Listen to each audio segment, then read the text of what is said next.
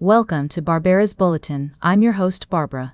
Today, we're starting with a developing story out of Bolivia, where a military cargo plane crashed near the capital city of La Paz, resulting in the loss of at least 15 lives. The plane, a C-130 Hercules transport aircraft, was carrying a payload of banknotes from the central bank to other cities when it skidded off the runway at El Alto International Airport and veered onto a nearby avenue before coming to rest in a field.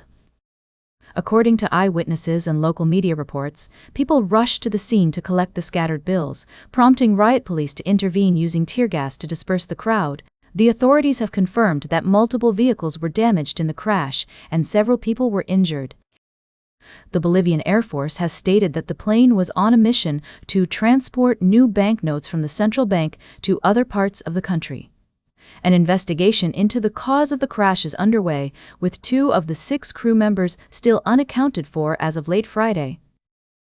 This tragic incident highlights the importance of aviation safety and the need for thorough investigations into such accidents.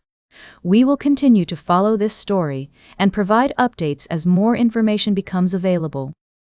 In a separate but related development, a border dispute between Sierra Leone and Guinea has been ongoing for over 2 decades, with recent incidents sparking regional concerns. However, in a positive turn of events, Guinea has released 15 detained Sierra Leonean military personnel and police officers, easing tensions between the two nations. We'll be right back with more of today's top news on Barbara's Bulletin. Welcome back to Barbara's Bulletin. We're continuing our coverage of the developing story in the Middle East, where a series of strikes have been carried out by the US and Israel against targets in Iran. The situation is complex and multifaceted, with various countries and leaders weighing in on the conflict. According to reports, the US and Israel have launched a wide-ranging campaign aimed at regime change in Iran, as well as targeting its nuclear and missile sites.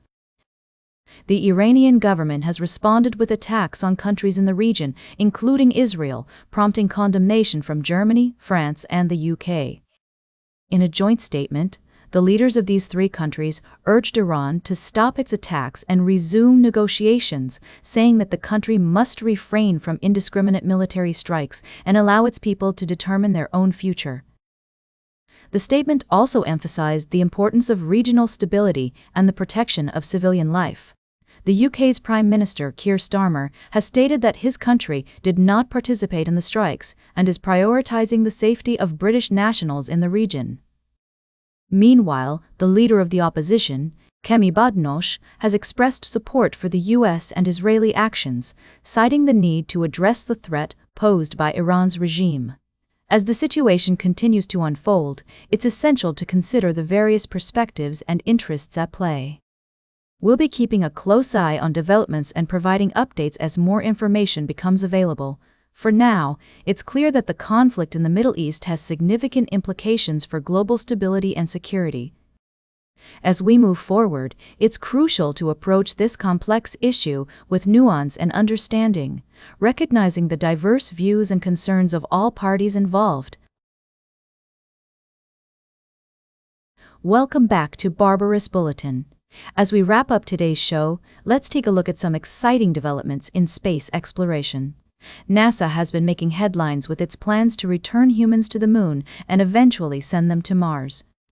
But did you know that the agency is also working on a new mission to explore the lunar surface? The goal of this mission is to learn more about the moon's composition, geology, and atmosphere. In related news, NASA has announced that it will be sending astronauts into deep space for the first time in over half a century. This mission, known as Artemis II, will send a crew of astronauts on a journey around the moon, paving the way for future missions to the lunar surface.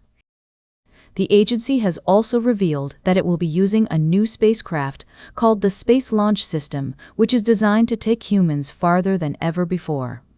As we look up at the night sky, it's hard not to feel a sense of wonder and awe at the vastness of space.